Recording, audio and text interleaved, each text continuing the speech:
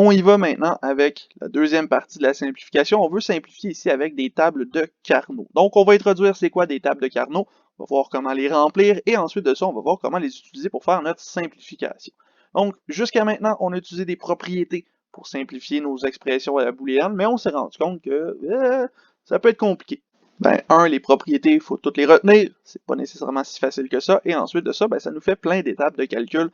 Donc, on aimerait trouver une façon qui est plus efficace et qui est plus rapide surtout pour trouver les simplifications de nos expressions booléennes.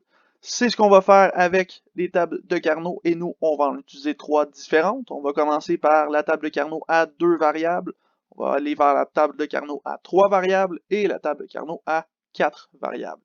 Il y a une seule règle qu'on va devoir respecter lorsqu'on construit la table de Carnot ici avant de la remplir, c'est qu'on doit s'assurer que à chaque changement de ligne, il y a une seule variable qui change d'état, et à chaque changement de colonne, il y a une seule variable qui change d'état. Par exemple, pour la table à 2 variables, on commence à la première ligne avec A, et à la deuxième ligne, on inverse la valeur de A, on s'en va vers non A, on utilise le complément. Pour la première colonne, on commence à B, et dans la deuxième colonne, on inverse, on s'en va vers non B. Donc on voit que de la première ligne à la deuxième ligne, on a changé seulement la variable A, et de la première colonne à la deuxième colonne, on a changé seulement la variable B. On retrouve le même principe dans nos deux autres types de tables. Donc si on regardait par exemple à 3 variables, de la première ligne à la deuxième ligne, on a passé de A et B à A et non B. Il y a seulement la variable B qui a changé. Et de la deuxième ligne à la troisième ligne, on passe de A et non B à non A et non B. Donc on a seulement changé la valeur de la variable A. Finalement, de la troisième à la quatrième ligne, on change seulement la valeur de B. Et ça, c'est quelque chose qu'on doit observer dans chacune des tables, autant en ligne qu'en colonne. Donc on retrouve aussi le même principe dans la table à 4 variables.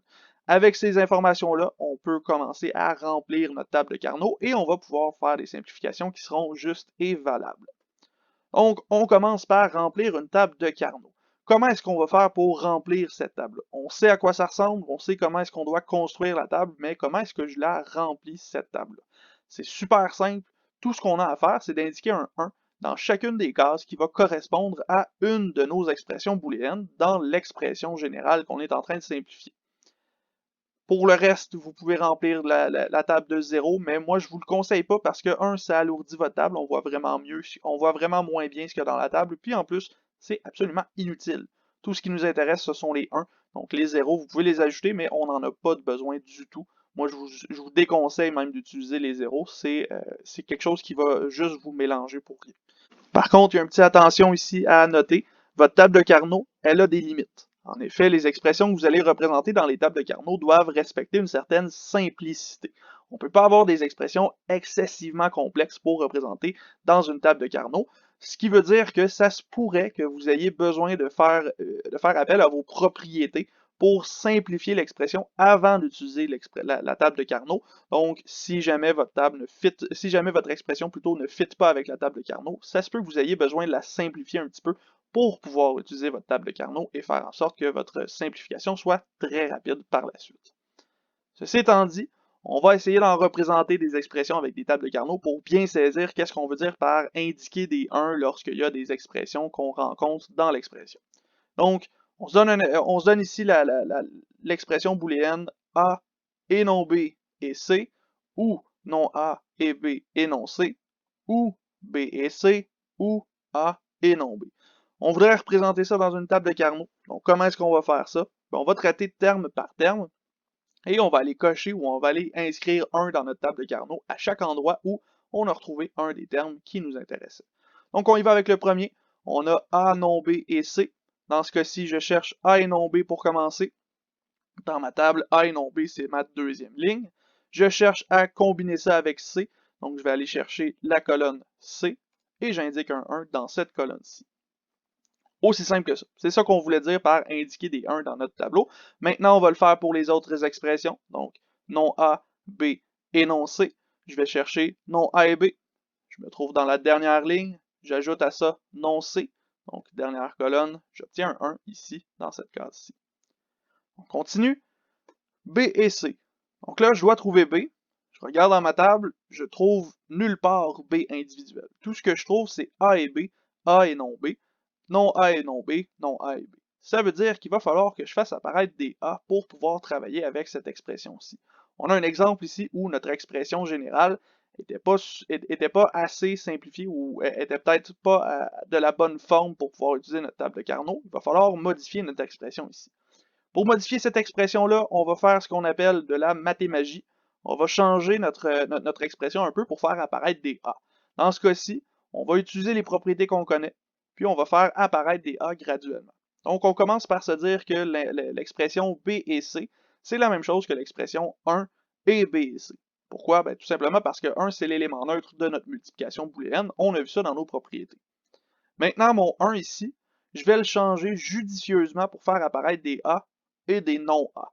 Donc, en particulier, je sais que A ou non-A, c'est une tautologie, c'est toujours égal à 1. On a vu ça dans les propriétés du complément. Donc, je change mon 1 pour A ou non-A. À ce moment-là, il ne me reste plus qu'à distribuer BC sur ma parenthèse. J'obtiens ABC ou non-ABC. À ce moment-là, j'obtiens deux nouveaux termes qui contiennent des A. Donc, ces termes-là, je peux les retrouver dans ma table. Par exemple, ABC, je vais aller chercher AB, je vais aller chercher C, et voilà, j'ai un 1 qui apparaît dans ma table. Maintenant, non ABC, je vais trouver non A et B, dernière colonne, dernière ligne, pardon, première colonne, j'obtiens un 1 à cet endroit-ci. Donc, c'est un peu ça qu'on voulait dire ici. On va devoir prendre nos expressions, les splitter en deux, pour pouvoir les intégrer dans notre table de Carnot de la bonne façon. On n'a pas le choix de connaître un peu nos propriétés des opérations logiques pour pouvoir utiliser notre table de Carnot. Ça va revenir, c'est presque assuré. On continue maintenant avec la dernière expression A et non B. Encore une fois, A et non B ici, on n'a pas de C. Donc, il va falloir faire le même procédé pour faire apparaître C. On va faire exactement la même étape, mais on va changer A et non A par C et non C. Et ça va nous donner A, non B et C. Donc là, on va aller chercher ça dans notre table. A, non B et C. On remarque qu'il y a déjà un 1. Pas besoin d'en ajouter un autre. On va juste sauter à la prochaine partie. A, non B et non C. Donc, on va aller à A, non B et non C, dernière colonne. C'est de là qu'arrive le dernier 1 dans notre table de Carnot. Donc, on voit qu'avec des expressions comme ça, on peut remplir notre table de Carnot et que ça se pourrait qu'on ait besoin de nos propriétés pour pouvoir remplir tout ça ici. On regarde un dernier exemple, ensuite de ça, on passera à la simplification avec des tables de Carnot. Donc, cet exemple-là, un petit peu plus complexe. On a 4 variables A, B, C et D, donc on a une table un petit peu plus grosse.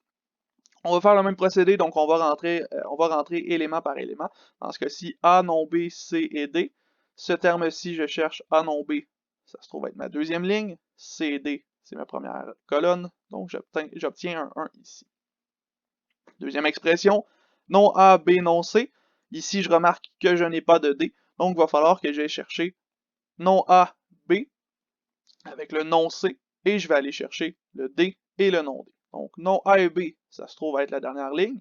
Avec le non C, on se trouve dans les deux dernières colonnes. Donc, on va aller chercher des 1 dans ces deux dernières colonnes-ci. On poursuit avec BC. Dans ce cas-ci, BC, encore une fois, on ne peut pas le trouver dans notre table. Mais là, on n'a pas juste un problème, on a deux problèmes. On n'a pas de A et on n'a pas de D. Donc, il va falloir qu'on fasse apparaître des A et des D dans cette expression-ci. Ce qu'il va falloir faire ici, c'est très simple. On va juste refaire ce qu'on a fait précédemment, mais on va le faire en double. On va le faire deux fois de suite pour faire apparaître A et pour faire apparaître D. Donc, on commence par faire apparaître A. Encore une fois, on fait apparaître l'élément neutre. On change cet élément-là pour A ou non A. On distribue notre BC à l'intérieur. Ça nous donne ABC et ça nous donne non ABC. Ici, on a quand même un autre problème. Il manque encore le D, donc il va falloir que je refasse l'opération que je viens de faire ici avec la variable D. Là, moi, je vais le faire seulement pour ABC, je vous laisse le faire à la maison pour non ABC. Nous, on va y aller avec seulement ABC. Dans ce cas-ci, on fait réapparaître l'élément neutre et on le change par D ou non D. Pourquoi? Parce que c'est la variable D qui nous manque dans notre expression. Donc, ensuite de ça, je peux distribuer à l'intérieur et obtenir ABCD. Et je trouve aussi AB, C et non D.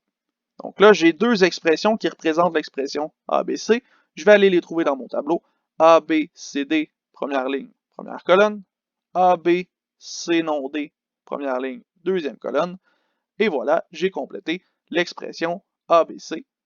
Il me restera à faire non ABC, même principe, on va aller chercher nom A et B, qui est la dernière ligne, et on va aller chercher C avec D et C avec non D. Donc, on retrouve les deux dernières cases qui sont ici. Il nous resterait à faire non A et non B, même principe qu'avec B et C. On va encore séparer en deux pour obtenir non A, non B et C. Et ensuite de ça, on va reséparer pour obtenir le D et le non D. Ça va nous donner la ligne au complet non A et B avec chacune des expressions qui sont ici. Donc, on obtient exactement ce qui est ici. Ceci étant dit, on a fait pas mal le tour pour remplir des tables de Carnot. On voit qu'on a besoin de nos expressions, on a besoin de nos propriétés des fois pour trouver les bonnes expressions. Si jamais vous avez besoin de plus d'étapes de démarche que ça, n'hésitez pas, écrivez-le sur votre feuille, faites-vous plus de séparation que ça pour aller trouver exactement le bon endroit. Si vous êtes capable de le visualiser directement, vous pouvez le remplir dans votre table. Moi, j'y vais directement parce que je suis quand même pas mal habitué de le faire. Ceci étant dit, on a fait le tour pour remplir la table de Carnot. Donc, ça veut dire qu'on se quitte pour l'instant. On se retrouve dans une prochaine vidéo où on va parler maintenant de regrouper des 1 dans notre table de Carnot pour pouvoir faire nos simplifications.